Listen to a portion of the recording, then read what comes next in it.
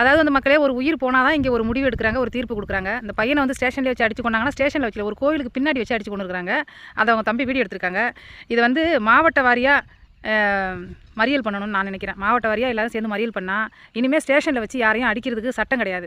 அவங்க வந்து ஒருத்தவங்க ஒரு கம்ப்ளைண்ட் கொடுக்குறாங்கன்னா அவங்க அந்த தப்பு செஞ்சுருக்காங்களா செய்யலையான்னு தீர விசாரித்து கண்டுபிடிச்சி கோர்ட்டில் தான் வந்து நீங்கள் ப்ரொடியூஸ் பண்ணுமே தவிர உங்களுக்கு நீங்கள் சட்டத்தை கையில் பொதுமக்கள் ஒரு தப்பு செஞ்சு அவங்க போய் தண்டனை கொடுத்தா என்ன பண்ணுறீங்க? சட்டம் எதுக்கு இருக்குது? நீங்கள் எப்படி வந்து உங்கள் சட்டத்தை கையில் எடுக்கலான்னு கேட்குறீங்க.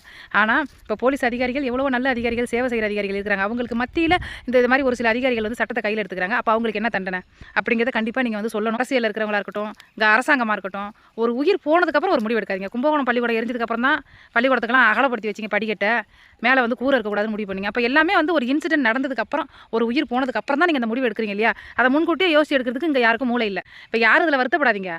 ஒரு மனிதனோட உயிர் எடுக்கிறதுக்கு இன்னொரு மனிதனுக்கு உரிமையே கிடையாது.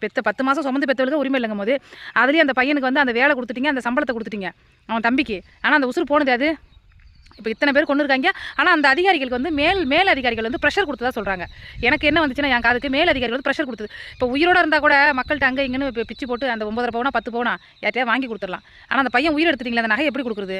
ஆனால் ஒரு சில பணக்கார பொண்ணுங்களுக்கு செம்ம திமிரு. சத்தியமாக சொல்கிறேன், அந்த கோடீஸ்வரன் விட்டு பொண்ணெல்லாம் எவனும் கட்டாதீங்க. அவ்வளோலாம் அழிஞ்சு கிடக்கணும். அப்படியே காசு பணம் இருந்தாலே ஒரு சில பணக்கார பொண்ணுங்களுக்குலாம் பயங்கர திமிரு. அவ்வளோ மாதிரி ஆளை தயவு செஞ்சு கட்டாதீங்க. குடும்பம் நடத்த முடியாது.